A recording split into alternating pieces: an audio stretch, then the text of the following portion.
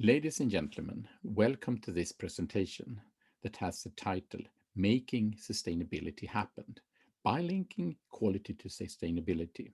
My name is Lars Sörqvist and I'm President-elect for the International Academy for Quality. First, I just want to say some short words about the International Academy for Quality. Our device is Quality for Humanity. We are an independent, self-supported, non-profit, non-governmental organization founded in 1966. Our founding members are ASQ, EOQ, and JUICE, and we work with quality on a global perspective. As I said, my name is Lars Sörqvist, and besides my work as the President-elect for the International Academy, my main occupation is being President and CIO of Sandholm Associates and Sandholm Excellence Center, a work that I have been doing for more than 25 years now. I'm also connected to universities and to many other quality organizations, but I could say in the bottom, I'm burning for quality, and I think what we all work with is very important, but also very, very interesting. Now, I will bring you to what we will be talking about. This is nature. This is a place that means a lot to me. This is a part of northern Sweden, the mountains. When I was a kid, my parents used to take me here for hiking. When I become older, I went here with my friends or alone for hiking. Today, I usually go here with my kids for hiking. Nature is fantastic. This is another place. This is rather close to where I was born on the Swedish west coast, very close to the Norwegian borderline. Now I live in Stockholm, and Stockholm also have a fantastic archipelago that I used to spend a lot of time. So nature means a lot to me. So that means when I see pictures like that, or when I are in cities, areas where you meet something like this, I get scared, and I think most of us do. We understand that something has to change. So keep this in mind, but I don't really want to stay here now. So we go back to nature, the nice place. But we will discuss this problem now. And that brings us in to the discussion of sustainability. Sustainability is defined by the United Nations as meeting the needs of the present without compromising the ability of future generations to meet their own needs. This was stated in the Brundtland report, the report Our Common Future, in the late 1980s, a work led by the former Norwegian Prime Minister Gro Harlem Brundtland, and it's still very relevant, probably even more relevant today than when it was written, because the problems have increased. Looking a little bit deeper into sustainability, we usually talk about three dimensions when we deal with sustainability. We talk about environmental, social, and economic sustainability. And those are the three areas that are of huge importance for future generation, and for us too, of course.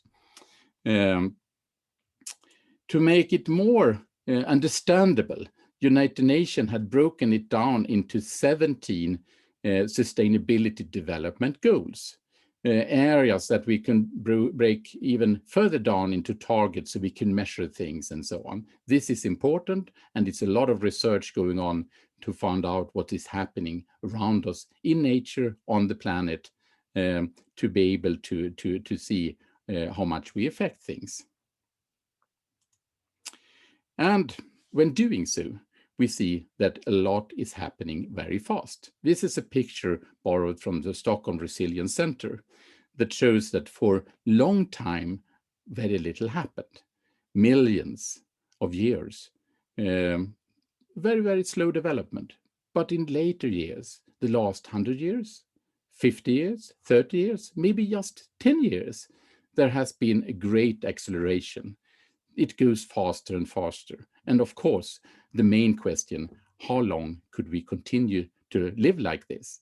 How long could the planet stand? We don't know. but it's not worth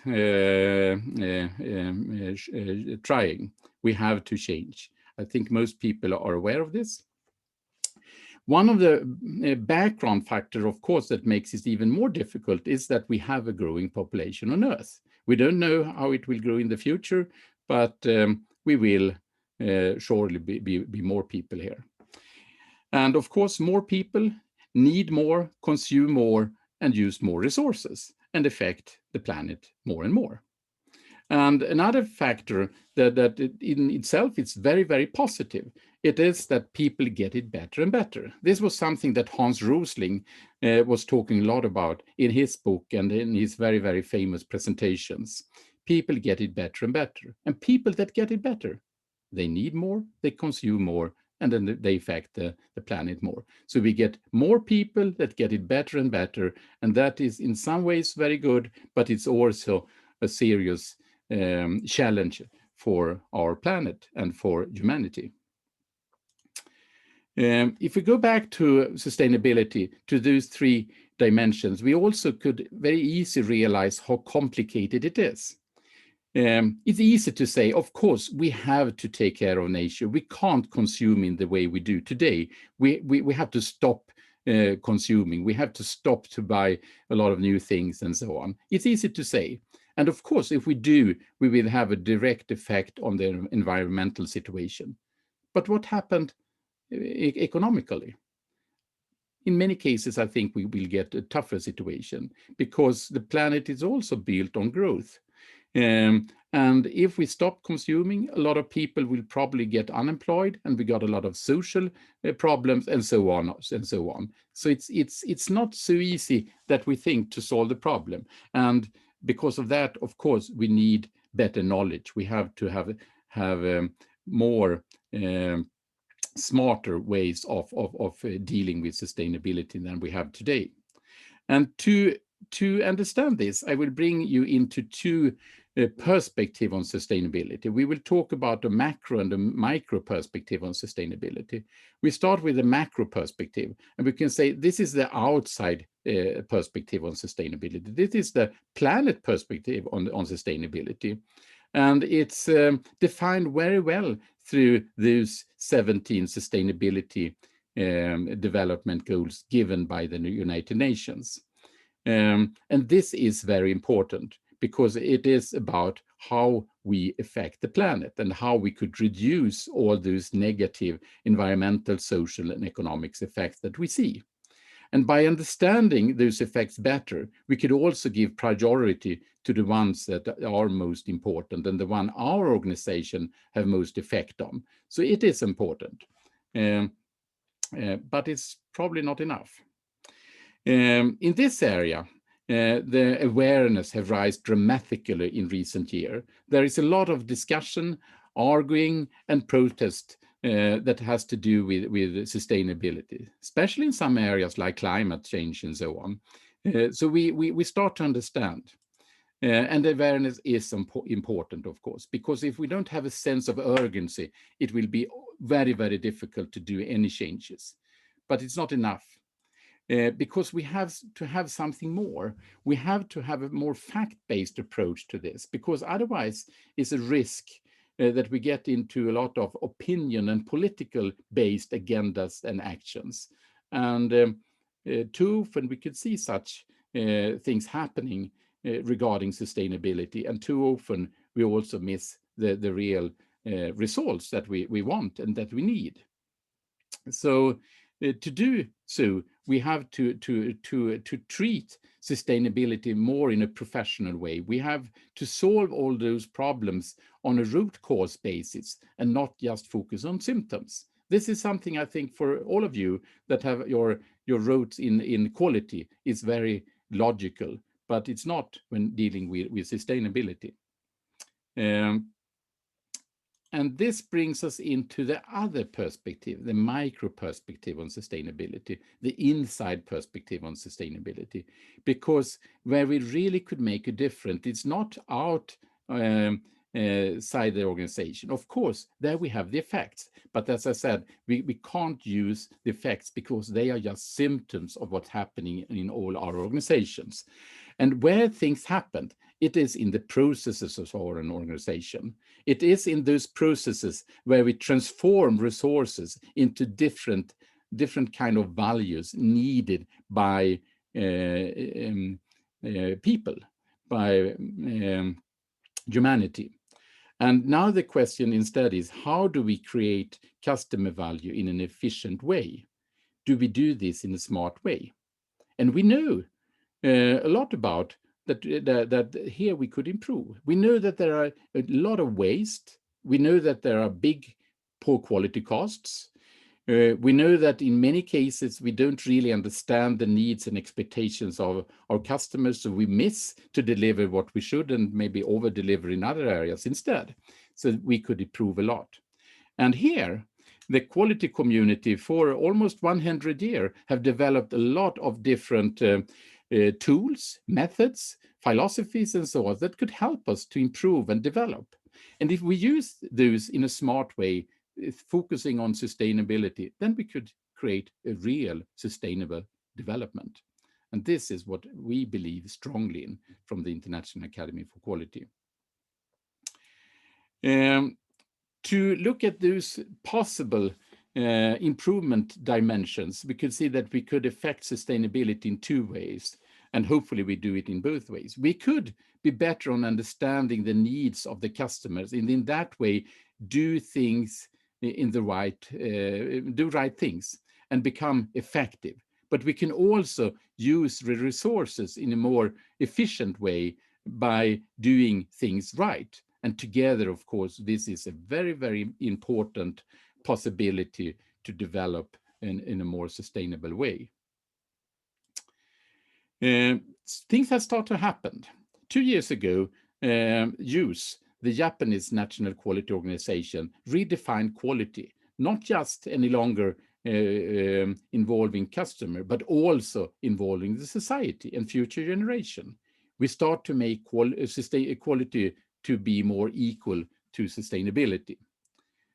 In Sweden, our national quality organization, SIQ, the Swedish Institute for Quality, 3 years ago, reworked our Swedish national quality model, the Swedish SIQ management model that is used in the national Swedish national quality award in Sweden to include sustainability. Now more than 30% of the model is based on sustainability issues. So we merge quality and sustainability, we link it together, and this is very, very interesting. But the problem is often to get people to understand this, and especially outside the quality community. From IAQ, that has a relation to the United Nations, we have tried to argue about this for many, many years. But people outside the quality community don't really understand our role in this and how we could help and support. And because of that, we 2 years ago started the work to develop a new award, the IAQ Quality Sustainability Award. The idea with this award is to inspire to more result-focused sustainability work and to create good examples and build and share knowledge about this way of dealing with sustainability, and also hopefully build a foundation for future research. Last year, we introduced the award and we did the first competition. The award is focusing on projects, not an organization, on projects that could show how quality principles, methods, tools have been used to achieve good results within any of the 17 UN Sustainability Development Goals. And we get 2 winners. One was the Swedish company Norden, a company manufacturing windows and doors. And they had developed a completely new way to produce window frames with 3D printing of wooden material, and that way save a lot of resources. It was an innovate-based improvement work that had been done. The other company, that was the Indian truck and bus manufacturing, Ashok Leyland, and they had run a Six Sigma project that had reduced the phosphate sludge that occurred in pre-treatment in their line, and that way saved a lot of pollutions and really affected sustainability. This is interesting. They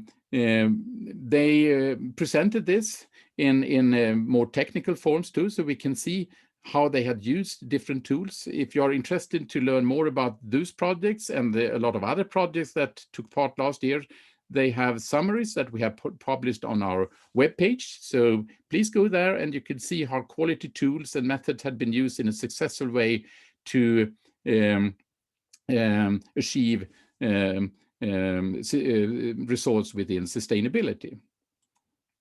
Now, we have just started up this year's program. We have this year a global award, but we also have 3 national partners that will give national awards in India, in China, and in Sweden. Projects from all over the world are welcome to participate, not just in those countries. The only difference is that in those countries they could also compete on national awards, while the others has to start with a global award.